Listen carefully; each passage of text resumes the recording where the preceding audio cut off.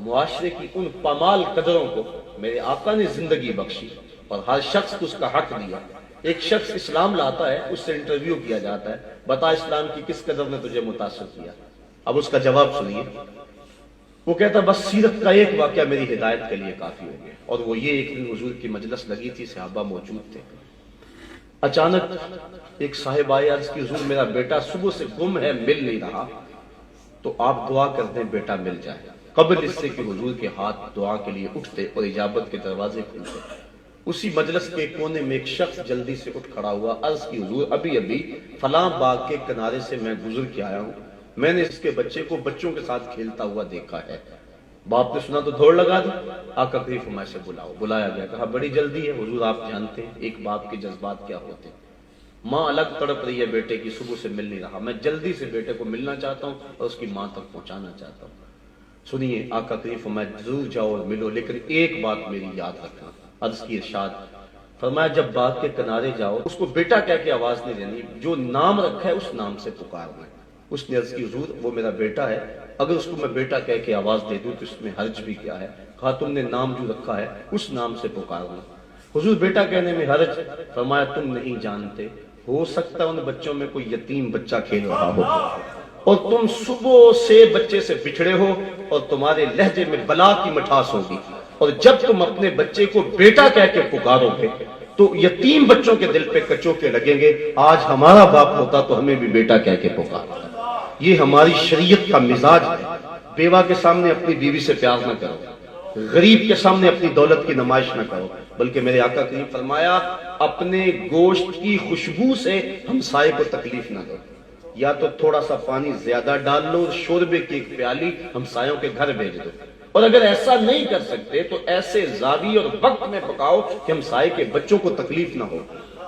वो क्या किसी ने कहा था ना, दोपहर को सुला देती है बच्चों को वो इस डर से गली में फिर खिलौने बेचने वाला ना आ जाए।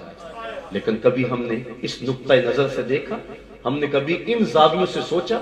हमने तो अपनी दौलत को लोगों के लिए अजाब बना दिया, हमने तो अपनी खुशियों लोगों के गमों में इजाफा किया। हमने शादी की, अपनी बेटी को जहेज दिया ना, लेकिन चार पाइयों पे बिछा दिया। एक औरत को कहा जाओ पूरी बस्ती में बताओ कि हमारी बेटी का जहेज देख जाओ। दिया तो अपनी बेटी को है, लोगों क्यों दिखला रहे हो? दाद लेने के लिए। सेठ साहब ने, मलक साहब ने, खान साहब ने, चौधरी साहब ने हद कर दी। चाय के खोखों पर, फट्टों पर, तंदूरों पर बातें होंगी, हद होगी, बड़ा जहेज दिया और बेटियां जहेज देखने के लिए आई। तुमने तो दाद ले ली, गली गली बात हुई, लेकिन ये किसी ने ना सोचा कि जो बच्चियां जहेज देखने आई उनमें यतीम बेटियां भी आई। सलीका शियार हैं, खूबसूरत हैं, पढ़ी लिखी हैं, लेकिन उनका रिश्ता कोई कबूल नहीं कर रहा।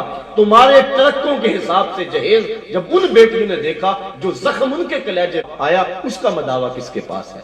तारा टूटता सब ने देखा, ये ना देखा एक ने भी, किसकी आंख से आंसू टपका, किसका सहारा छूट गया।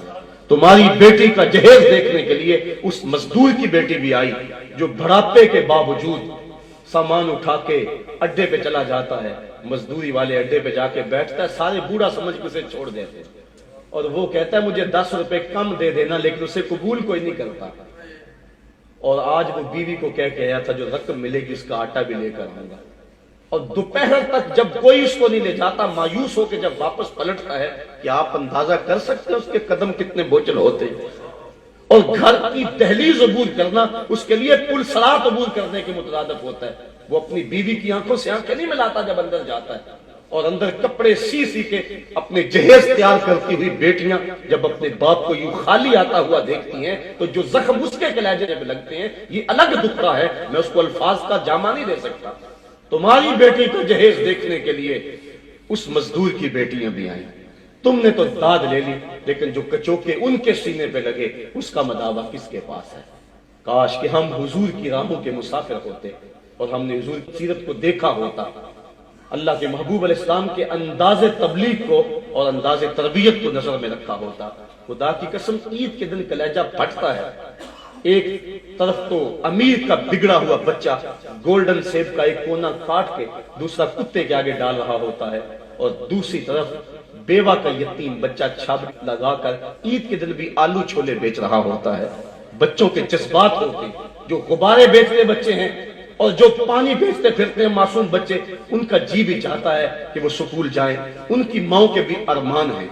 مائیں اپنے بچوں کو چاند کہتی ہیں، بچپن میں جج کہہ کے پکارتی ہیں، لیکن ان کے جذبات پہ جو بجلیاں گرتی ہیں کبھی ہم نے اس نظر سے بھی دیکھا؟